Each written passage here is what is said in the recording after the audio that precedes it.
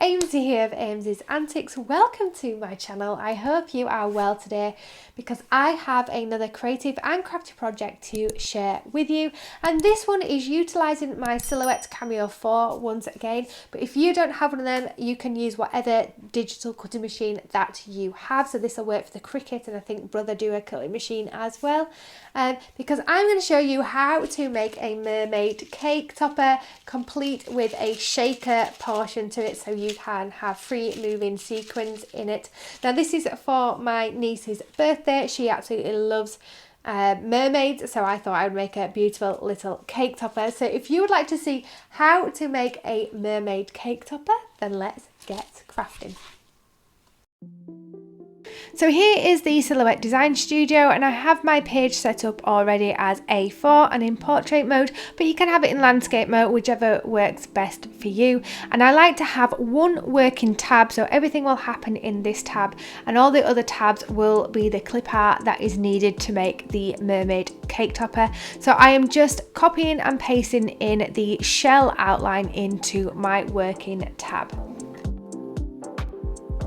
The first thing that I'm doing is determining the size that I want the cake topper to be. So at the moment it is about 16 centimeters wide to 13 centimeters tall, and it might just change slightly once I add the other element, but that is the basic size of the cake topper. So the first thing I am going to do is create an offset to the shell pattern, and this will work as the outline for the shell without any of those intricate lines down the middle of it. So I have just done an offset at 0.500 centimeters, which ends up like this, and obviously I don't want the individual parts in it, so I am going on to the point editing and then just deleting all of those inner points that are making up the shell.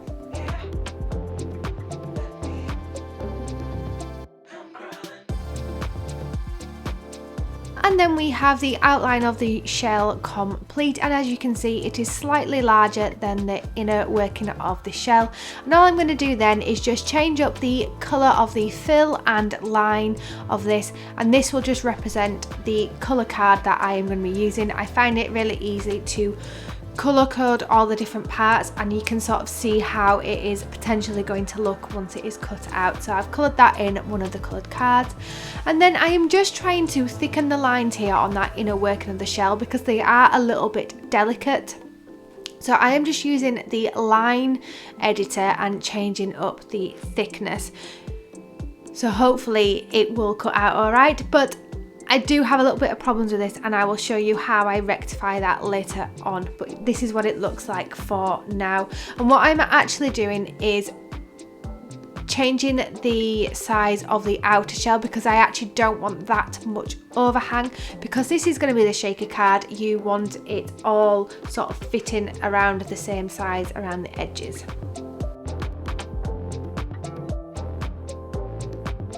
Then I'm going to repeat the offset process of that shell again and deleting all the inner points like I did first thing to create another layer of the shell, and this will be cut out in acetate, and this will help give the cake topper that shaker effect. Now an easy way of doing this would have been just to copy and paste that outer shell, but I'm just doing the offset version again here and then changing up the colour so I can see the different contrasts of what it is going to look like.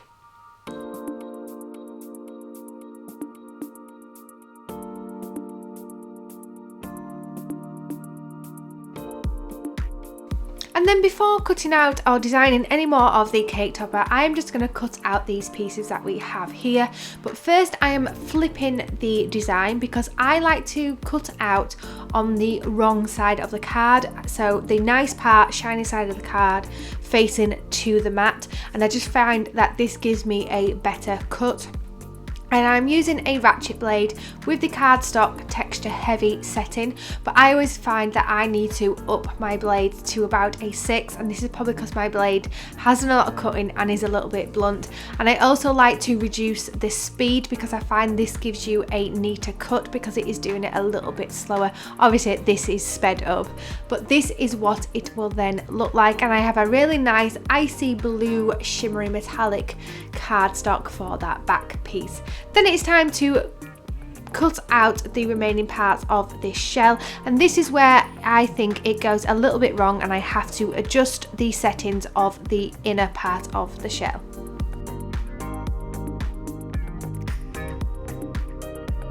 So as you can see, it is cut quite thinly and has broken in places, and this is just not going to be thick enough to do the shaker design that I want for the cake topper. So I'm going back into the studio and creating another offset to my inner shell bit, and I think I've set it at 0.200 centimeters, and then I'm just reducing this slightly so that I can still have thick lines but have definition as well.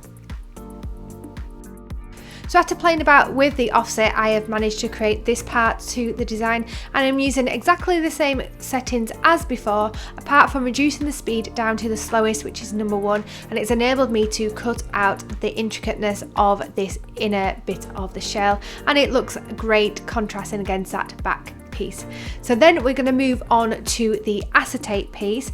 Now what I am doing here is just making sure that the acetate fits to near the edge of the design, because you don't want this going under where them lines have been cut out, because you're going to see the edges and it's not going to hold that sequin and glitter into place.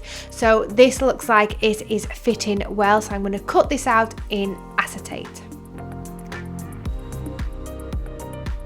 And obviously, because this is an acetate sheet that we are using, we need to select that setting, and it does make you change your blade up to the highest blade possible on the ratchet blade.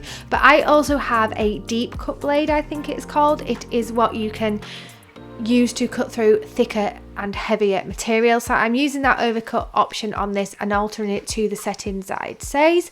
However, when I come to cut it out, it didn't use the deep cut blade for some reason and still went ahead with the craft blade, so I had to go over this design a few times to get it to cut out as smoothly as possible. But the results are good and it does cut it out. I just don't know how to select the deep cut blade, even though I did select the deep cut blade, so that's another problem for another day, I guess. And here is the acetate sheet.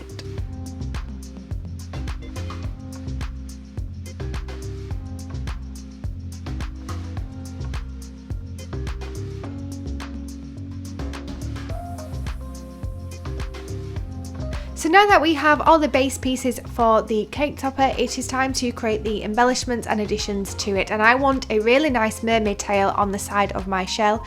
So I've just found a royalty-free clip art image of a mermaid tail and copied and pasted it into the design studio, as well as using the offset tool to create an offset around the outside of the tail, because I want to make this a bit of a two-tone tail. So I'm going to do the background of the tail, which is this offset piece, in one colour, and then I want to have the intricateness of the scales in another to give that contrast and show the base colour coming through.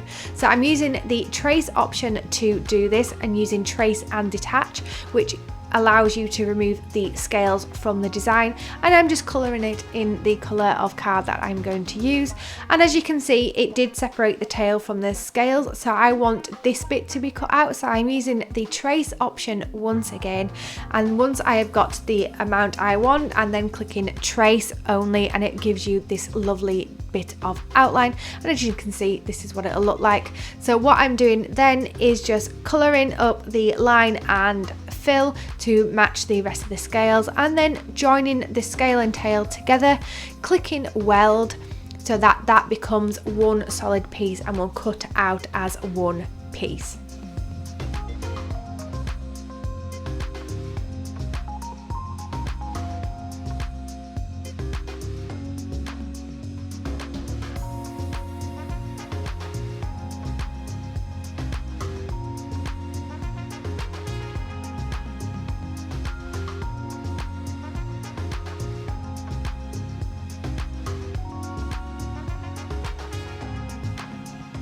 As I had the problem with the inner shell being too delicate, I didn't want the same issue happening with the scales, so I have just unwelded for the moment, thickened with an offset, and then re-welded it all together so that it does cut out a little bit thicker and it's not as delicate.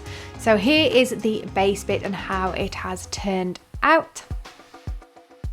And this can't be a mermaid cake topper without adding some more under the sea type elements. So I have found a clip art of some seashells. So I've got a starfish as well as some horn type seashells. And what I'm doing is using the trace option to create two-toneness again, like I did with the mermaid tail, and using that trace only, not trace and detach, and colouring these in, then changing up the sizes so that I have other options, and then creating a base one while using the original image as the base piece and cutting it out in the colours that I desire.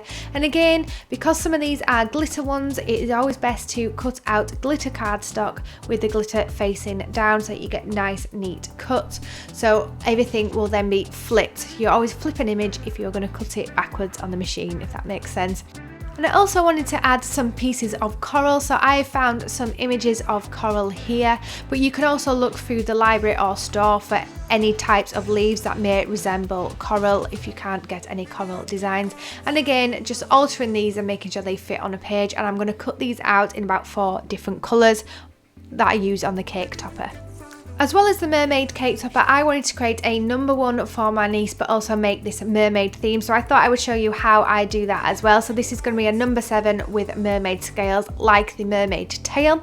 So what you want to do is write your number and then select your chosen font. And you ideally want a thicker font for this because it's going to have quite a bit of detailing on it. Then I've also found a clip art image of some scales, and now these have to be smallish scales, and you want to cover the number in this, bringing the number to the front, creating an internal offset and removing the outside of the original number to one side, then selecting the number and the scale together and going to the modify panel and clicking crop, and it should then create the lovely mermaid scales in that number 7 shape, or whatever number you've chosen to do. Then just bring in that original number and line it up with the edges of that newly made mermaid number 7.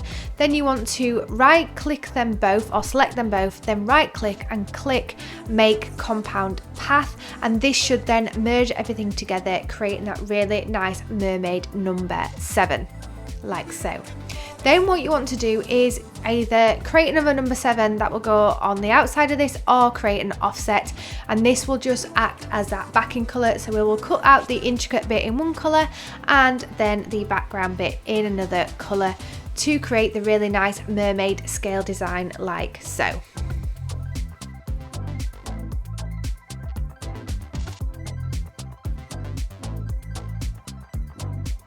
And then all you have to do is cut everything out. So here is the shell baseline, and then the mermaid tail and all the other little elements. Now I can link down all the different pieces of cardstock that I used if you want to create the similar or same ones. And as you can see from the coral, it is a little bit jagged because it is quite intricate, but I think that adds to the rustic coral look, and it really adds to it. And then as an addition, which I haven't shown, is I've just made a banner to go along the bottom and then cut out my niece's name as well, so you can put anything you want on the bottom of the cake topper. So first thing we need to do is stick the different pieces together. So I'm just going to join the mermaid tail pieces together, and I'm using double-sided tape to do this bit, but for the more intricate pieces I am just using PVA glue in a applicator bottle with a really fine tip to it so I can get the glue into those really intricate pieces, and then placing this on top of that glittery back piece of the mermaid tail and pressing it into place, just using a baby wipe to remove any glue that may come through.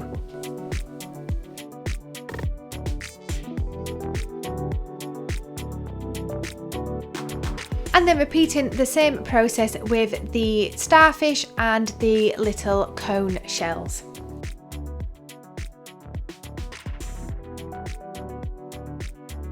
And now that we have all of the elements stuck together, it is time to start assembling everything. So the first thing we need to do is to attach the inner shell part to the acetate sheet. So I am using double-sided tape once again, and then just going around all those individual lines of that inner shell to then stick it to the acetate.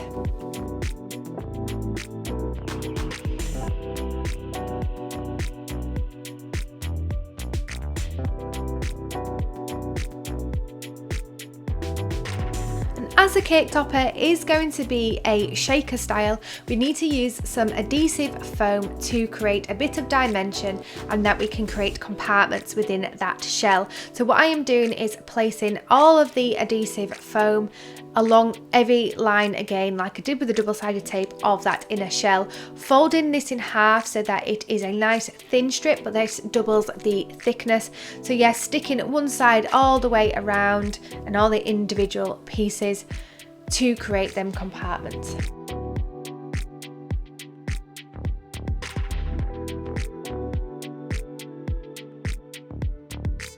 And this is how it will look before removing any of that backing tape.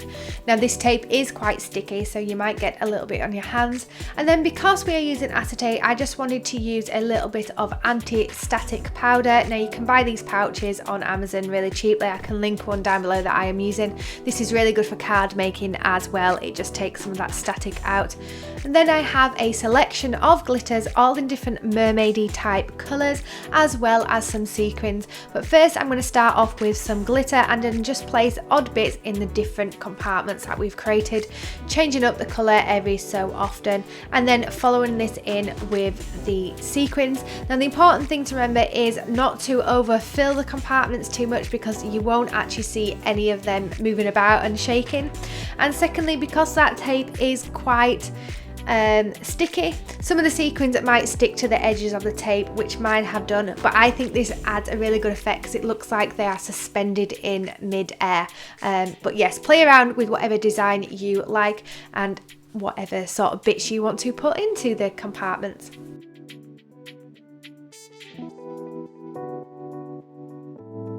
And then once all the glitter and sequins have been added, it is time to remove the backing tape to that adhesive foam. And again, it is quite sticky, so your hands may stick to it a little bit. But yes, you just want to remove all of the backing first, and then get the backing of your cake topper, placing it right side down over their edges and pressing it into place. And it should then turn into a really nice glittery cake topper.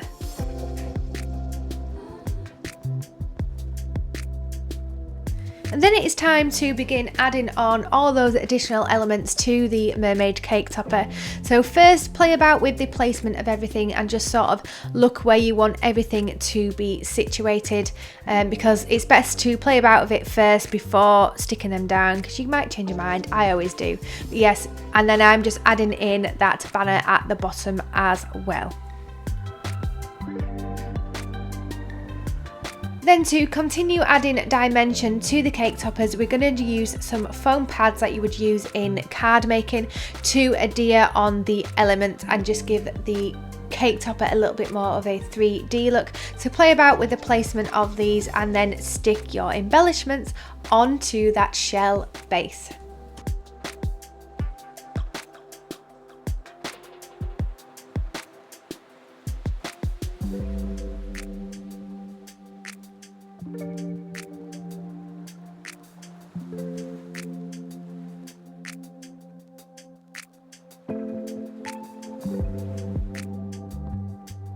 And because the mermaid cake topper doesn't have enough sparkle and embellishments, I am adding on some extra assorted gems, and I picked these up in one of the pound shops. I think it might have been B&M or Home Bargains, but I thought I would go with the blue ones and vary up the sizes so that it looks like bubbles coming up from the mermaid tail, like you would see under the sea. And I thought it just added the extra bit to the cake topper. Sometimes less is more, but when it comes to mermaid cake toppers, more is less. Then all you need to do is use some hot glue to secure some bamboo skewers to the back of the cake topper, making sure these are evenly distributed for the weight, and the homemade mermaid cake topper is complete.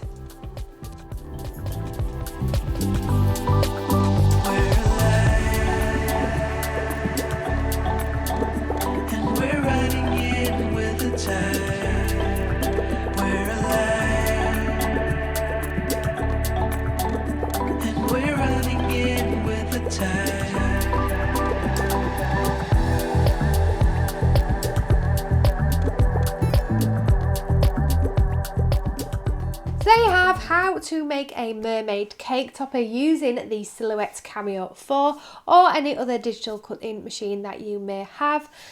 I think this has turned out fabulous. I have to say this is one of my favourite cake toppers that I have made. I've made quite a few, but none as detailed as this and none as neat as this. I think I have finally got down the settings on the Silhouette Cameo 4 to cut how I want it to cut. There's hardly any jagged edges apart from the coral because of how delicate it was. However, I think that adds to the look of the coral, so I wasn't too fussed that they are jagged edges because coral is a bit jagged, isn't it? So it gives it that nice rustic coral look. But yes, my favourite cake topper to date that I have made. So let me know what you think in them comments below of this cake topper, and maybe if you've got any more Silhouette Cameo 4 tips, then put them in the comments below as well, because there's always so much to learn with the Silhouette Design Studio. And if you've enjoyed the video, then please do give it a big thumbs up and don't forget to hit that notification bell. No, the subscribe button, as well as the notification bell as well, to keep up with all my creative and crafty antics coming up onto the channel. I also have a blog, Aimsy's Antics, which is linked down below and up above for you to check out. Sometimes there's just a little bit more information over the blog than there is in the videos. And with that said, I will see you in next week's video, and I hope you have a wonderful rest of your day and week, are able to do something creative and crafty to keep you going, and I will see you in the next one. Happy crafting. Bye.